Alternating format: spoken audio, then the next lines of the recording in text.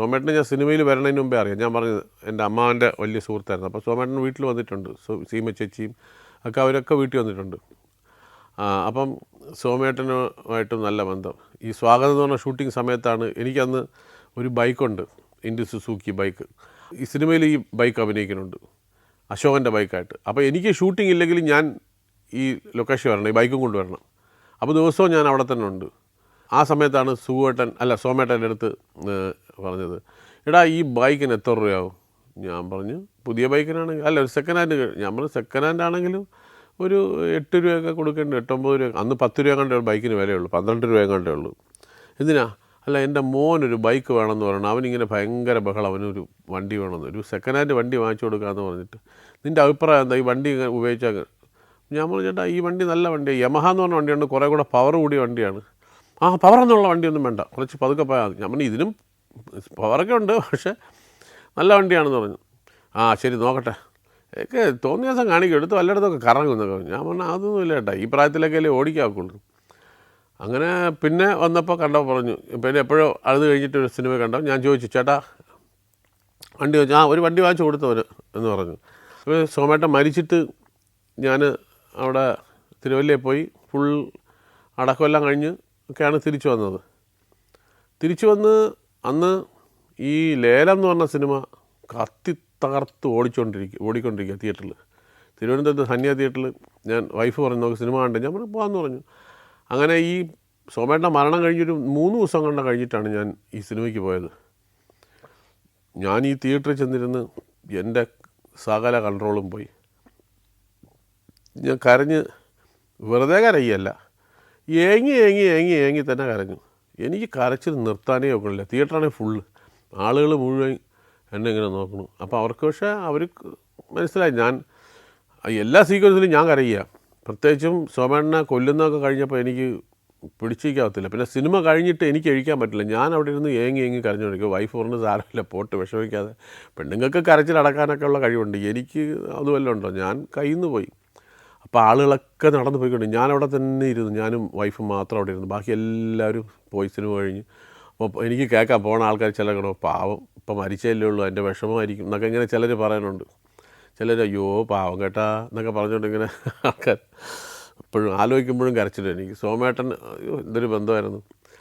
പോയല്ലേക്കുള്ളൂ വന്നാൽ എല്ലാവരും പോവും, നമ്മളും പോവും. അപ്പം അതാണ് ഈ പഴയ സിനിമകൾ കാണുമ്പോൾ ഒരു ഭയങ്കര വിഷമം. അതുപോലെ നസീർ സാറിൻ്റെ കൂടെ എനിക്ക് ഒരു പടം അഭിനയിക്കാത്തില്ല, പക്ഷെ സാറിൻ്റെ ഒരു പടം സിനിമ ഇതിൽ കണ്ടാൽ അപ്പം എനിക്ക് സങ്കടം വരും. അദ്ദേഹം വളരെ നല്ലൊരു മനുഷ്യനായിരുന്നു. ഞാൻ ജീവിതത്തിൽ ഒറ്റ പ്രാവശ്യം കാണാത്തില്ല. ഇനി അദ്ദേഹം മരിച്ച സമയത്ത് ഞാൻ വേറെ ചെന്നൈയിൽ എവിടെയാണ്, എനിക്ക് വരാൻ പോലും ഒത്തില്ല. കാര്യം എൻ്റെ പൈസ ഇല്ല, വന്നാലും കൂട്ടത്തിനിടയിൽ നിൽക്കാനേ ഒക്കുള്ളൂ. പക്ഷേ എനിക്കൊന്ന് കാണണം എന്ന് ആഗ്രഹം ഉണ്ടായിരുന്നു. ഞാൻ ജീവിതത്തിൽ ഒരു പ്രാവശ്യം അദ്ദേഹം കണ്ടിട്ടുള്ളൂ, ഒറ്റ പ്രാവശ്യം. അത് തിരുവനന്തപുരം എയർപോർട്ടിൽ ആരെയും വിളിക്കാൻ പോയപ്പം ഞാൻ എയർപോർട്ടിൻ്റെ വെളിയിൽ ഇങ്ങനെ നിൽക്കുമ്പോൾ കുറേ ടാക്സി ഡ്രൈവേഴ്സ് അവരൊക്കെ അവിടെ നിൽപ്പുണ്ട്. അവരെല്ലാവരും എന്നെ നോക്കിയിട്ട് എന്തുണ്ട് സുഖമാണോ എന്നൊക്കെ. അപ്പോൾ ഞാൻ സിനിമയിലൊന്നും വന്നിട്ടില്ല അപ്പോഴും. അപ്പോൾ ഞാൻ എന്നെ എന്തിനാ ഇവർ വിളിക്കണേ നോക്കിയപ്പോൾ ഞാൻ ഇവിടെ ആരോ നിൽക്കുന്നു. ഞാൻ തിരിഞ്ഞു നോക്കിയപ്പോൾ എൻ്റെ തൊട്ട് പുറകിൽ ഒരു സഫാരി സൂട്ടിട്ട് എല്ലാവരും നോക്കി ചിരിച്ച് അദ്ദേഹം. എനിക്ക് വാതുറക്കാൻ സ്റ്റണ്ടായിപ്പോയി, എനിക്ക് സംസാരിക്കാനും വയ്യ. ഞാൻ അങ്ങനെ തന്നെ ഇങ്ങനെ നോക്കിയിങ്ങനെ ചിരിച്ച് അവരൊക്കെ. അപ്പോൾ അവരൊക്കെ വന്ന് എന്തൊക്കെയോ ചോദിച്ചു, അതിനൊക്കെ അദ്ദേഹം ഉത്തരം പറഞ്ഞു. അദ്ദേഹം പ്ലെയിനിൽ വന്ന് ഇറങ്ങിയതാണ്. അപ്പോൾ അദ്ദേഹം പക്ഷേ ജസ്റ്റ് വെളിയിലോട്ട് ഇറങ്ങി, അതിൻ്റെ കൂടെ വേറെ ആരോ വരുന്നുണ്ടെന്ന് പറഞ്ഞു. പിന്നെ വീണ്ടും അദ്ദേഹം അങ്ങോട്ട് പോയി. പിന്നെ അവർ വന്നു. അപ്പോൾ അദ്ദേഹത്തിൻ്റെ വണ്ടി വന്നു, എല്ലാവരും ടാറ്റയെല്ലാം കാണിച്ച് അദ്ദേഹം കാറിൽ കയറിപ്പോയി. അത് തൊട്ടടുത്ത് എനിക്ക് വേണമെങ്കിൽ കെട്ടിപ്പിടിക്കായിരുന്നു അദ്ദേഹത്തിന്, അത്ര അടുത്താണ് നിന്നത്. അദ്ദേഹം നടന്ന് അവിടെ നിന്ന് ഇങ്ങനെ വന്ന് എൻ്റെ അവിടെ പുറകെ നിന്നതാണ്. ഞാൻ അങ്ങോട്ട് തിരിഞ്ഞ് അതാണ് ലൈഫിൽ ആകെ കൂടെ ആദ്യമായിട്ടും അവസാനമായിട്ടും നസീർ സാറിനെ കണ്ടത്. പക്ഷേ അദ്ദേഹത്തിനെ പറ്റി ആയിരക്കണക്കിന് കഥ കേട്ടിട്ടുണ്ട്. എൻ്റെ സീനിയറായിട്ട് വർക്ക് ചെയ്തിട്ടുള്ള എല്ലാ ടെക്നീഷ്യന്മാരും, അദ്ദേഹത്തിൻ്റെ കൂടെ വർക്ക് ചെയ്തിട്ടുള്ള ആർട്ടിസ്റ്റുകൾ, എല്ലാവരും എത്രയോ കഥകൾ നസീർ സാറിനെ പറ്റി പറഞ്ഞിട്ടുണ്ട്. അപ്പം അതൊക്കെ കേൾക്കുമ്പോൾ അദ്ദേഹത്തിൻ്റെ കൂടെ ഒരു സിനിമ ചെയ്യാൻ സാധിച്ചില്ലല്ലോ എന്നുള്ള വിഷമം, ഭയങ്കര വിഷമം. ഇന്നും ആ വിഷമം അങ്ങനെ നിൽക്കുന്നു. അതുപോലെ നല്ല സ്നേഹബന്ധമുള്ള ഒരു ആയിരുന്നു ഉമ്മർക്ക. ഞാൻ ആദ്യമായിട്ട് ഒരു നടനെ പരിചയപ്പെടുന്ന ഉമ്മർക്കയാണ്. അത് അച്ഛനും ബാപ്പയും എന്ന് പറഞ്ഞ സിനിമയുടെ ഷൂട്ടിങ് കൊല്ലത്ത് നടക്കുമ്പം അന്ന് എൻ്റെ ചിറ്റപ്പൻ, എന്നെ വളർത്തിയ എൻ്റെ ചിറ്റപ്പൻ കൊല്ലത്തെ DYSP ആണ്. അപ്പോൾ ചിറ്റയും ഞാനും ശനിയും ഞായറും അവിടെ ആയിരിക്കും, എന്നെയും കൂടെ കൊണ്ടുപോകും. അങ്ങനെ അവിടെ നിൽക്കുമ്പോൾ അവിടെ ഷൂട്ടിംഗ് നടക്കണമെന്ന് പറഞ്ഞിട്ട് ചിറ്റ, അപ്പോൾ DYSPയുടെ ഫാമിലി, പിന്നെ അന്ന് വേറെ ആരോ അങ്ങനെ 2-3 ഫാമിലീസ് പോയി. അപ്പോൾ നമുക്ക് മാത്രം ആ വീട്ടിനകത്ത് കയറി ഞങ്ങളൊക്കെ നിൽക്കുമ്പോൾ, ഞാൻ കൊച്ചു കുട്ടിയാണ്. അപ്പം ഉമ്മറുക ഇങ്ങനെ എന്നെ വിളിച്ചു. അപ്പോൾ അദ്ദേഹം ചോദിച്ചതാണ്, അപ്പോൾ അതൊരു DYSPയുടെ ഫാമിലിയാന്നൊക്കെ പറഞ്ഞാണ്. വിളിച്ചു, അവിടെ വന്ന് അടുത്ത് വന്ന് വരൂ എന്ന് പറഞ്ഞ് എന്നെ പിടിച്ച് ഇവിടെ ഇരുത്തി. എന്താ പേര് എന്ന് ചോദിച്ചു. പിന്നെ വേറെ എന്തൊക്കെ ചോദിച്ചു, എനിക്ക് വലിയ ഓർമ്മയില്ല. ചിരിച്ചു. എന്നിട്ട് ബിസ്ക്കറ്റ് എന്തെന്നോ തന്നു. അത് കഴിഞ്ഞ് ഞാനങ്ങ് പോയി. അപ്പോൾ ഞാൻ അവിടെ ചെന്നിട്ട് എൻ്റെ ചിറ്റയെടുത്ത് പറഞ്ഞ് ഉമ്മറമ്മാവനുമായിട്ട് സംസാരിച്ചു എന്ന് പറഞ്ഞു. അപ്പോൾ ചിറ്റ, ഉമ്മറമ്മാവൻ, ഉമ്മർ അങ്കിൾ എന്ന് പറയടാ, ചുമ്മാ ഉമ്മറമ്മാവൻ, ഒരു മാച്ച് ആവണില്ല പേരിന്, ഇപ്പോഴും എനിക്ക് ഓർമ്മയുണ്ട്. അന്ന് പറഞ്ഞ് 5 വയസ്സ് 6 വയസ്സ് എന്തോ ആണ് ഉമ്മറമ്മാവൻ. ഞാനത് ഉമ്മർക്കടുത്ത് പിന്നെ എത്രയോ കാലങ്ങൾക്ക് ശേഷം ബട്ടർഫ്ലൈസിൻ്റെ ഷൂട്ടിങ്ങിനാണ് ഞാൻ പരിചയപ്പെട്ടത്. അത് കഴിഞ്ഞ് പിന്നെ ഞാൻ ചെന്നൈയിൽ കുറേ നാളുള്ള, ഞാൻ ഇടയ്ക്കിടയ്ക്ക് അദ്ദേഹത്തിൻ്റെ വീട്ടിൽ പോകുമായിരുന്നു. അതെനിക്ക് ബൈക്കുണ്ടായിരുന്നു അവിടെ. അപ്പം ഞാൻ അദ്ദേഹത്തിൻ്റെ വീട്ടിൽ മത്സരവാക്കത്ത് എവിടെയായിരുന്നു അദ്ദേഹം പുതിയ വീട് വെച്ചപ്പം, ചെറിയ വീടാണ്, ആ വീട്ടിൽ അവിടെ പോയിട്ടുണ്ട്. പിന്നെ അത് കഴിഞ്ഞ് വേറെ പടം ഇറക്കിയിട്ടുണ്ടോയെന്ന് ഓർമ്മയില്ല. പക്ഷേ ഞാൻ എൻ്റെ കല്യാണത്തിന് വിളിച്ചു, അദ്ദേഹം വന്നു. ചെന്നൈയിൽ റിസപ്ഷൻ ഉണ്ടായിരുന്നു അദ്ദേഹത്തിന്, അതിന് വന്നു.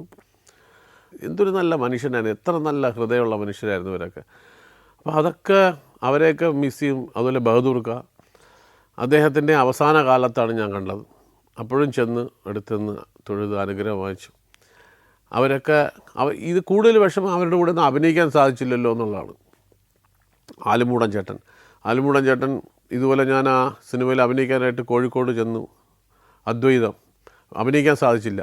എൻ്റെ ഒരു സീക്വൻസ്, പിന്നെ അതൊരു സീനുണ്ട്, പിന്നെ എടുക്കാമെന്നൊക്കെ പറഞ്ഞു. പിന്നെ ഞാൻ 5-8 ദിവസം അവിടെ അതിനുവേണ്ടി കാത്തു നിന്ന് നടന്നില്ല, തിരിച്ചു വന്നു. അപ്പോൾ ഒരു ദിവസം ഞാൻ റൂമിൽ നിന്ന് വെളിയിറങ്ങിയപ്പം ആലുമൂടൻ ചേട്ടൻ തൊട്ടടുത്ത റൂമാണ്, ചേട്ടന് വെളിയിറങ്ങി കുറേ നേരം സംസാരിച്ചു പറഞ്ഞാൽ ഒരു 3-3.5 മണിക്കൂർ അവിടെ നിന്ന് സംസാരിച്ചു. ഒരുപാട് കാര്യങ്ങൾ ചേട്ടൻ മനസ്സ് തുറന്ന് ഇങ്ങനെ കുറേ കാര്യങ്ങളാണ് സിനിമയിൽ വന്ന കാര്യങ്ങൾ. പിന്നെ ആളുകൾ എങ്ങനെയാണ് സിനിമയിൽ വന്നിട്ട് കാശുണ്ടാക്കിയിട്ട് അതെല്ലാം ധൂർത്തടിച്ച് കളഞ്ഞ ഒരുപാട് ആൾക്കാർ, കുടുംബത്തിന് നോക്കാതെ പോയ ആൾക്കാർ എന്നൊക്കെ പറഞ്ഞിട്ട്, നീ അങ്ങനൊന്നും ചെയ്യരുത്, നീ പൈസ കിട്ടണതൊക്കെ സൂക്ഷിച്ച് വയ്ക്കണം, കുടുംബത്തിനെ എപ്പോഴും കെയർ ചെയ്യണം എന്നൊക്കെ പറഞ്ഞ് കുറേ കഥകൾ അവിടെ വന്ന് പറഞ്ഞു. അത് കഴിഞ്ഞ് എനിക്കൊന്ന് അത് ചേട്ടന് വർക്കില്ലായിരുന്നു, എനിക്ക് അപ്പോഴും വർക്കില്ല. അപ്പം എന്നിട്ട് അത് കഴിഞ്ഞ് വൈകിട്ട് 6 മണി വരെ 6:30 മണി വരെ എന്തോ സംസാരിച്ചു വന്നു. അപ്പോൾ ഇന്നസെൻ്റ് ഏട്ടൻ ഷൂട്ടിംഗ് കഴിഞ്ഞ് വന്നു. ഇന്നസെൻ്റ് ഏട്ടൻ അവിടെ വന്ന് കുറേ തമാശ പറഞ്ഞു. ശങ്കരാടി സാർ അവിടെ ഉണ്ടായി. ശങ്കരാടി സാറിനെ കുറേ തമാശയാക്കി. ഇതെല്ലാം കഴിഞ്ഞിട്ട് അടുത്ത ദിവസം ഞാൻ തിരുവനന്തപുരത്തേക്ക് വന്നു. തിരുവനന്തപുരത്ത് വന്ന് രാവിലെ അടുത്ത ദിവസം രാവിലെ ഉറക്കമൊഴിച്ച് വളരെ ലേറ്റായി. അപ്പോഴാണ് അറിയണത് ആലുമൂടൻ ചേട്ടൻ മരിച്ചു പോയെന്ന്. 2 ദിവസം മുമ്പാണ് ഇത്രയും നേരം നിന്ന് കഥകളൊക്കെ പറഞ്ഞത്. ഭയങ്കര ഷോക്കായിപ്പോയി. എനിക്ക് പോകാനൊത്തില്ല, കാര്യം അന്നൊന്നും പെട്ടെന്ന് പോകാൻ അങ്ങനെ ഞാൻ 1-2 പേരെയൊക്കെ വിളിച്ചു, അവരൊക്കെ അപ്പോൾ പൊയ്ക്കഴിഞ്ഞു. വേണിച്ചേട്ടനെ വിളിച്ചോ, വേണിച്ചേട്ടനൊക്കെ പൊയ്ക്കഴിഞ്ഞു. അപ്പോൾ ആരുമില്ല അവിടെ നിന്ന് പോകാൻ. പിന്നെ ബസ്സിൽ കയറി പോകണം, എങ്ങോട്ട് പോകണം, എങ്ങനെ പോവും, കയ്യിലാണെങ്കിൽ കാശും ഇല്ല, കൊണ്ട് പോകാൻ സാധിച്ചില്ല.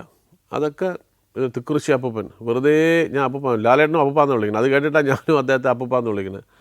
അപ്പോൾ അപ്പൂപ്പൻ അവിടെ ജവഹർലാലാണ് വീട്. ഇടയ്ക്കിടയ്ക്ക് അവിടെ ചെല്ലും, ആ പടിയിലിങ്ങനെ ഇരിക്കും, അദ്ദേഹം ആ കസേരയിലിരിക്കും. എന്നിട്ട് ഇങ്ങനെ കഥകൾ പറയും. ഒരു 1-1.5 മണിക്കൂർ ചിരിച്ച് മണ്ണ് കപ്പും ഇദ്ദേഹത്തിൻ്റെ കഥകൾ കേട്ട്. അതൊക്കെ കഴിഞ്ഞിട്ട് തിരിച്ച് വീട്ടിൽ പോകും. അപ്പോൾ ഇതുപോലെ ഇങ്ങനെ പഴയ കഥകൾ. ശങ്കരാടി സാറ്, അദ്ദേഹത്തിനും എന്നെ ഭയങ്കര സ്നേഹമായിരുന്നു. അദ്ദേഹത്തിൻ്റെയും കുറേ കഥകൾ. ഇതൊക്കെ മാളച്ചേട്ടൻ്റെ വീട്ടിൻ്റെ അടുത്ത് അമ്പലമുണ്ട്, പാമ്പുമേക്കാട് അമ്പലം. അപ്പം ഞാൻ അവിടെ ചില സമയങ്ങളിൽ ചാലക്കുടിയിൽ എൻ്റെ കുറേ സുഹൃത്തുണ്ട്. ചാലക്കുടിയിലുള്ള ഈ സുഹൃത്തുക്കൾ എന്നെ വിളിച്ചുകൊണ്ട് അവിടെ പോകുമ്പം പോയിട്ട് തിരിച്ചു വരുന്ന വഴിക്ക് അവിടെ കയറി മാളച്ചേട്ടനെ കാണും. മാളച്ചേട്ടനോട് സംസാരിച്ച് ചായ എല്ലാം കുടിച്ചിട്ട്. മാളച്ചേട്ടനെയും ഭയങ്കര സ്നേഹമായിരുന്നു. ഒരു സിനിമയുടെ ഷൂട്ടിങ്ങിന് ഞങ്ങൾ KL-795 എറണാകുളം നോർത്ത് എന്ന് പറഞ്ഞ പടത്തിൽ മാളച്ചേട്ടനും ഓട്ടോ ഡ്രൈവറാണ്, ഞാനും ഓട്ടോ ഡ്രൈവറാണ്.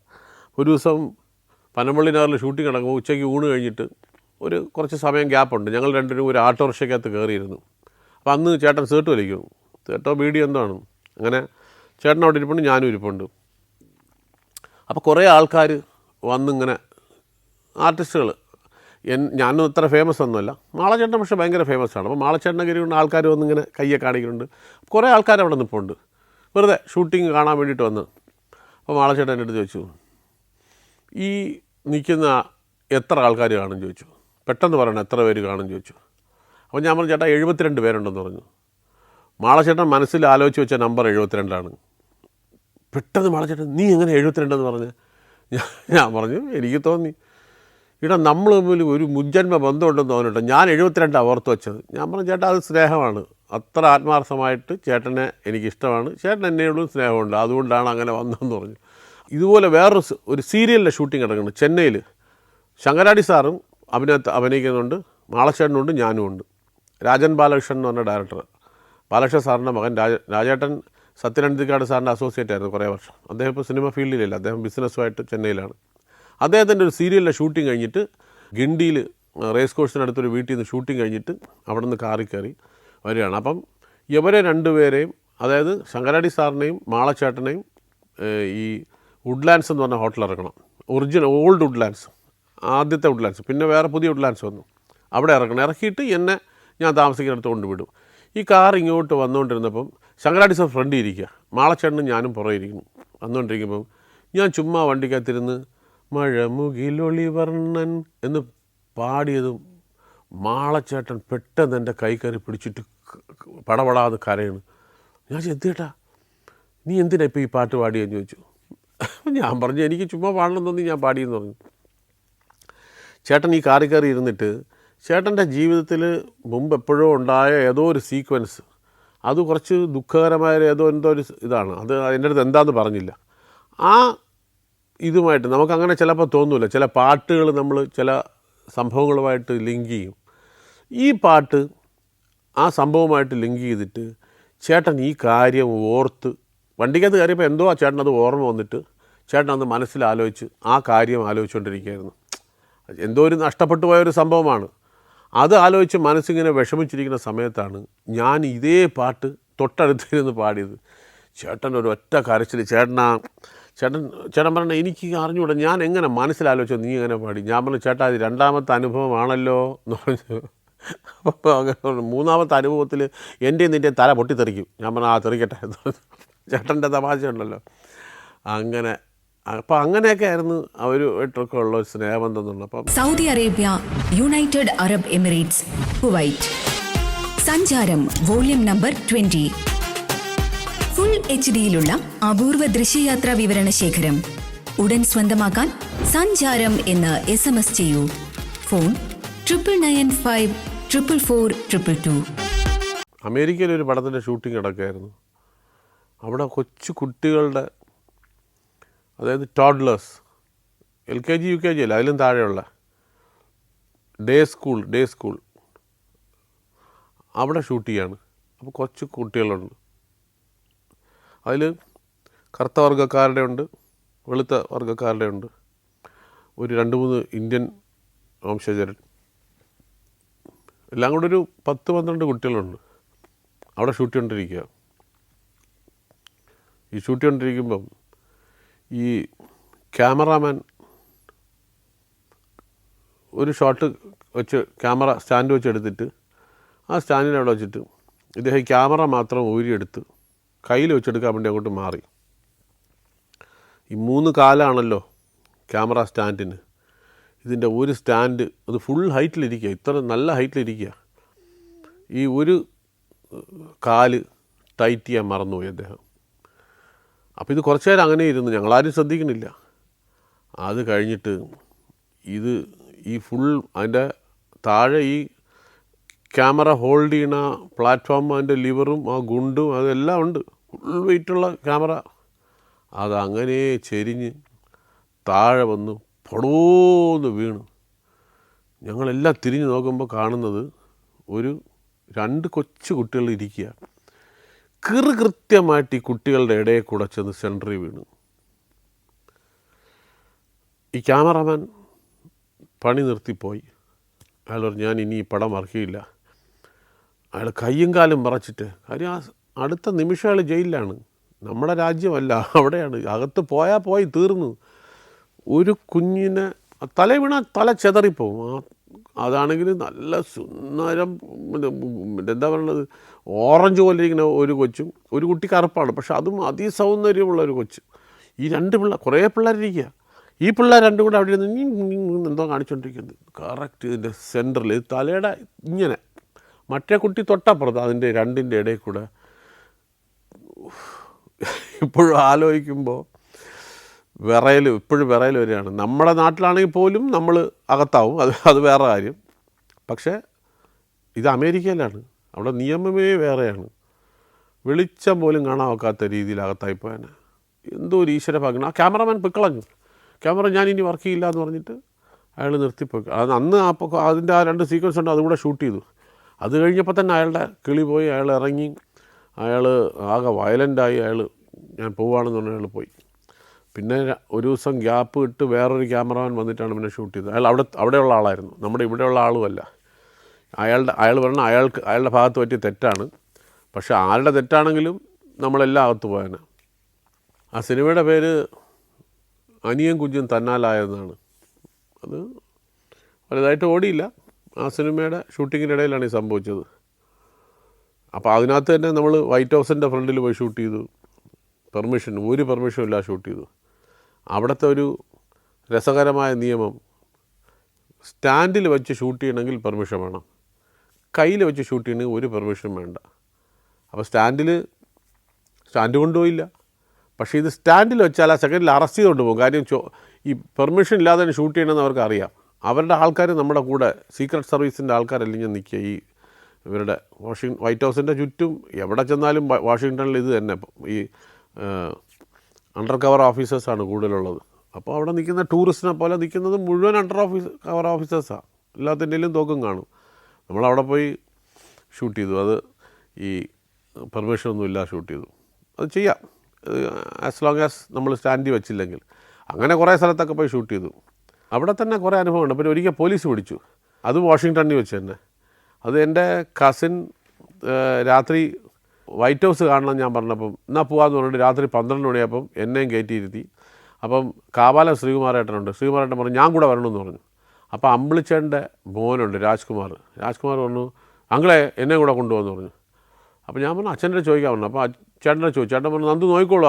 ഞാൻ പറഞ്ഞു കുഴപ്പമില്ല ചേട്ടൻ നോക്കിക്കോളൂ. അങ്ങനെ അവനെയും കയറ്റി. അവനിപ്പോൾ രാജ്കുമാറും കാവാലം ശ്രീകുമാരേട്ടനും ബാക്കിൽ, ഞാൻ ഫ്രണ്ടിൽ, എൻ്റെ കസിന് വണ്ടി ഓട്ടിക്കണം ഗിരീഷ്. അങ്ങനെ ഞങ്ങൾ അവിടെ നിന്ന് ഒരു 3/4 മണിക്കൂർ വേണം ഞങ്ങൾ ഈ പ്രോഗ്രാം നടക്കുന്ന സ്ഥലത്തുനിന്ന് ഡൗൺ ടൗൺ വൈറ്റ് ഹൗസ് വാഷിങ്ടണിലെത്താൻ. നമ്മളവിടെ എത്തുമ്പോൾ റോഡിലൊന്നും ഒരു മനുഷ്യനില്ല. അപ്പം ഞാൻ വിചാരിച്ചു നമ്മുടെ നാട് പോലെയാണോ, ഈ നാട്ടിൽ രാത്രി നാളില്ല. അവിടെയൊക്കെ രാത്രിയൊക്കെ എപ്പോഴും ഫുൾ ആൾക്കാരും ബഹളവും വണ്ടി പോളതും ഒക്കെ ആണല്ലോ. അപ്പോൾ ഗിരീഷൻ പറഞ്ഞു എന്താണെന്നൊരു പിടിയില്ല, ഒരു മനുഷ്യനെ റോഡിൽ കാണാനില്ല. ഞങ്ങളിങ്ങനെ ചെന്നപ്പോൾ ഒരിടത്ത് റെഡ് സിഗ്നൽ നടക്കണം, അപ്പുറത്ത് റെഡ് സിഗ്നൽ, അതിന് തൊട്ടപ്പുറത്ത് ഒരു റെഡ് സിഗ്നൽ, 2 സിഗ്നലുണ്ട്. ഇവിടുന്ന് ഈ റോഡ് ക്രോസ് ചെയ്ത് കഴിഞ്ഞാൽ അവിടെ ഒരു സിഗ്നൽ. അപ്പോൾ പെട്ടെന്ന് ഇത് ഗ്രീനായപ്പോൾ നമ്മൾ വണ്ടി ഫ്രണ്ടിലോട്ട്, വേറെ വണ്ടിയൊന്നുമില്ല, നമ്മൾ വണ്ടി ഫ്രണ്ടിലോട്ട് എടുത്തു കഴിഞ്ഞ് 10 അടി ഫ്രണ്ടിലാണ് അടുത്ത സിഗ്നൽ, അത് റെഡിൽ തന്നെ നിൽക്കുക. അപ്പോൾ അത് ഇപ്പോൾ ഗ്രീൻ ആകും എന്നുള്ള വിശ്വാസത്തിൽ നമ്മളങ്ങ് ഫ്രണ്ടിലോട്ട് പോയി. അത് റെഡായി തന്നെ കിടന്നു. ഞങ്ങൾ ക്രോസ് ചെയ്തു. റോഡിലൊരു മനുഷ്യൻ രാത്രി 12:30 മണിയായല്ലോ, ആരും ഇല്ലല്ലോ. പക്ഷേ അവിടെ ഒരു പോലീസ് വണ്ടി ഇരുട്ടത്ത് കിടക്കുമായിരുന്നു, നമ്മളറിഞ്ഞില്ല. നമ്മളത് ക്രോസ് ചെയ്തതും ഒരു സാറിന് അടിച്ച് ലൈറ്റ് ബാക്കിൽ കാണാം. വണ്ടി നേരെ ഇവനോടെ തന്നെ വണ്ടി ചവിട്ടി നിർത്തി. അതിൻ്റെ പുറയിൽ വണ്ടി വന്ന് കുറച്ച് നേരം കഴിഞ്ഞിട്ട് അവർ വരുള്ളൂ. കാര്യം അവർ നമ്പർ പ്ലേറ്റൊക്കെ നോക്കി സ്കാൻ ചെയ്ത് ഏത് വണ്ടി ആരുടെ വണ്ടി എല്ലാം പഠിച്ചിട്ടാണ് ഇങ്ങോട്ട് വരണത്. വന്നിട്ട് പുറകിൽ വന്ന് നിൽക്കും. എന്നിട്ട് ലൈസൻസും ചോദിച്ചു, അതൊക്കെ കൊടുത്തു. കുറച്ച് കഴിഞ്ഞപ്പം അയാളത്ത് വെളിയിറങ്ങാൻ പറഞ്ഞു. വെളിയിറങ്ങി അപ്പുറത്ത് പുൽത്തകടി കൊണ്ടിട്ട് കാലിങ്ങനെ സ്ട്രെച്ച് ചെയ്ത് നിൽക്കണം, കാല് കവച്ച് വെച്ചിട്ട് ഇങ്ങനെ നിൽക്കണം, കൈ ബാക്കിൽ കെട്ടിയിട്ട് നിൽക്കണം. ഇയാൾ ബാക്കിൽ വന്ന് നിൽക്കും, ഫ്രണ്ടിൽ നിൽക്കില്ല. ബാക്കിൽ നിന്നിട്ട് ഇയാൾ എന്തൊക്കെയോ ചോദിച്ചു. ഞങ്ങൾ വണ്ടിയിൽ നിന്ന് കണ്ടുകൊണ്ടിരിക്കുക. അതിന് എന്തൊക്കെയോ ചോദിച്ചതിന് ശേഷം അയാൾ തിരിച്ചു വന്നു, കയറിയിരിക്കാൻ പറഞ്ഞു. നേരെ തിരിച്ച് എൻ്റെ സൈഡിൽ വന്നു, ഇറങ്ങാൻ പറഞ്ഞു. ഇറങ്ങി അതേപോലെ അവിടെ ചെന്ന് നിന്നു, കൈ പുറകെ കെട്ടാൻ പറഞ്ഞു. എന്നിട്ട് ചോദിച്ചു ഈ വണ്ടി ഓടിക്കുന്ന ആരാണ്? ഞാൻ പറഞ്ഞു ഗിരീഷ്. അപ്പം അയാൾ പറഞ്ഞിരിക്കുന്നതും ഞാൻ പറഞ്ഞിരിക്കുന്നതും കോൺട്രഡിക്റ്റ് ചെയ്യാൻ പാടില്ല, രണ്ടും രണ്ടാവാൻ പാടില്ല. അതിനാണ് ഈ ചോദിക്കണേ. അപ്പം ഞാൻ പറഞ്ഞു അത് ഗിരീഷ്. ഞാൻ എൻ്റെ പേര് പറഞ്ഞു, അതിരിക്കുന്ന ആൾക്കാരുടെ പേര് പറഞ്ഞു. ഞങ്ങൾ ഷോയ്ക്ക് വന്നതാണെന്ന് പറഞ്ഞു. ഇതുപോലെ വാഷിങ്ടൺ കാണാൻ വേണ്ടി വന്നതാണ്. അതിന് രാത്രി വന്നു. അപ്പം ഞങ്ങൾ രാവിലെ 6 മണിയുടെ 7 മണിയുടെ ഫ്ലൈറ്റിൽ പോകും. ഒരു ദിവസമേ ഇവിടെ ഉള്ളൂ. അപ്പോൾ ആദ്യമായിട്ട് വന്നതുകൊണ്ടൊന്ന് കാണാൻ വെച്ച് വന്നതാണ്. എല്ലാം കേട്ട് ശരി പൊയ്ക്കൊള്ളാൻ പറഞ്ഞു. വണ്ടിയിൽ പോയിരുന്നു. ഇയാൾ അവിടെ പോയിട്ട് പിന്നെ ഒരു 5 മിനിറ്റ് കഴിഞ്ഞാൽ തിരിച്ചു വന്നു. കാര്യം ഇയാൾ ആ സമയം കൊണ്ട് ഞങ്ങൾ താമസിക്കുന്ന സ്ഥലത്തെ ഹോട്ടലിൽ വിളിച്ച് ചോദിച്ചിരിക്കുന്നു, ഇതുപോലെ ആൾക്കാർ അവിടെ താമസിക്കുന്നുണ്ടോ, പ്രോഗ്രാമിന് വേണ്ടി ഇന്ത്യയിൽ നിന്ന് ആൾക്കാർ വന്നിട്ടുണ്ടോ, ഇതെല്ലാം ചോദിച്ചു. അപ്പോൾ അതെല്ലാം ഓക്കെ ആണെന്ന് പറഞ്ഞു. അപ്പോൾ അയാൾ കൺഫേമായി ഞങ്ങൾ കള്ളത്തരം പറഞ്ഞല്ലാന്ന്. അപ്പം സ്മോൾ അടിച്ചിട്ടുണ്ടെന്നുള്ളത് മനസ്സിലായി, വെള്ളം അടിച്ചിട്ടുണ്ടെന്നുള്ളത് മനസ്സിലായി. ഈ ഓടിക്കുന്ന എൻ്റെ കസിനും 2 എണ്ണം അടിച്ചിട്ടുണ്ട്. അപ്പോൾ അയാൾ തിരിച്ചു വന്നിട്ട് ശരി കുഴപ്പമൊന്നുമില്ല കേട്ടോ, നിങ്ങൾ വെള്ളം അടിച്ചിട്ടുണ്ടോ എന്ന് ചോദിച്ചു. അപ്പോൾ അയാൾ പറഞ്ഞു ഇവരൊക്കെ വന്നുകൊണ്ട് ഞാൻ ഒരു 2 എണ്ണം കഴിച്ചു, പതുക്കെ പോകാവുള്ളൂ കേട്ടോ, അപ്പോൾ പൊയ്ക്കോളൂ കുഴപ്പമില്ലാന്ന് പറഞ്ഞു. ഇത് തിരിച്ചു കൊടുത്തു. ഭയങ്കര ഭാഗ്യം. ഈ പറഞ്ഞതെല്ലാം കറക്റ്റായിരുന്നത് കൊണ്ടും ഒക്കെ ആയിരിക്കാം. ലൈസൻസും നമ്മൾ RC ബുക്കല്ല, അവിടെ വേറെന്തോ ആണ്. അപ്പം അത് തിരിച്ചു കൊടുത്തു. ID കാർഡ് തിരിച്ചു കൊടുത്തു കഴിഞ്ഞപ്പോഴത്തേക്ക് ഇയാൾ വളരെ സ്നേഹത്തോടെ പെരുമാറിയല്ലേ. അപ്പം ഞാൻ പതുക്കെ ഗിരീഷിനടുത്തോണ്ട്, ഗിരീഷേ അവിടെ ഇവിടെ നിന്ന് ഒരു ബ്ലോക്ക് കൂടെ പോയാൽ വൈറ്റ് ഹൗസായി, അപ്പം ഏതായാലും ഇവിടം വരെ എത്തിയില്ലേ, ഇനി അങ്ങനെ പോയി യൂട്ടേൺ എടുത്ത് അങ്ങനെ കണ്ടിട്ട് പൊയ്ക്കോട്ടോ എന്നൊന്ന് ചോദിക്കുമെന്ന് പറഞ്ഞു. അപ്പോൾ അയാൾ ചോദിച്ചു ഇങ്ങനെ ഏതായാലും വന്നല്ലോ ഒന്ന് ജസ്റ്റ് ഇങ്ങനെ പാസ് ചെയ്തങ്ങ് പൊയ്ക്കോട്ടെ എന്ന് ചോദിച്ചു. അപ്പോൾ അയാളുടെ ഉത്തരമാണ് ക്ലാസിക് ഉത്തരം.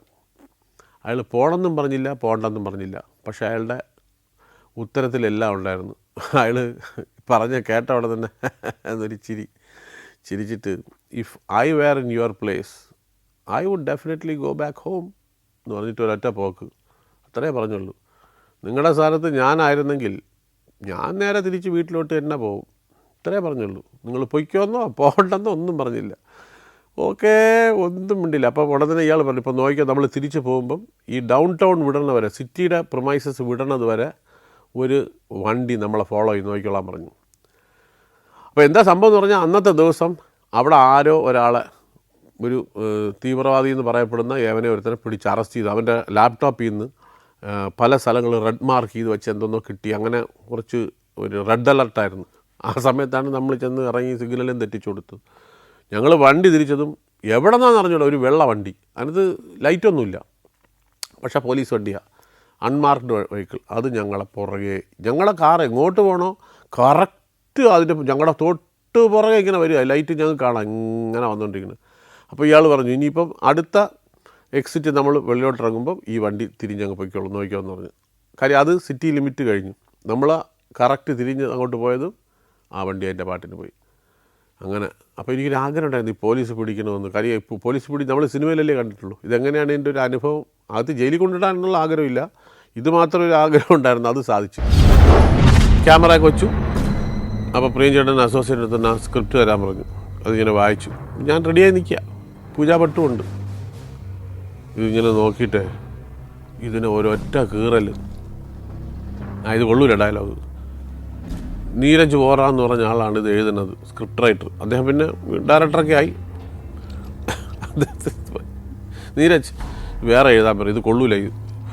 എൻ്റെ ചങ്കിൽ കൂടെ ഒരു കൊള്ളിയാൻ അടിച്ചു പോയി. കാര്യം എന്ന് പറഞ്ഞാൽ 2 വർഷം കാത്തിരുന്ന് പഠിച്ച് റെഡിയാക്കി പച്ചവെള്ളം പോലെ പറയാൻ റെഡിയായിട്ട് നിന്ന ഞാൻ ഒറ്റ ഷോട്ട് എടുക്കാൻ പോകുന്ന ഷോട്ട് ഇത് കഴിഞ്ഞാൽ 5:45 ട്രെയിനിൽ എനിക്ക് തിരുവനന്തപുരത്തോട്ടും പോകണം.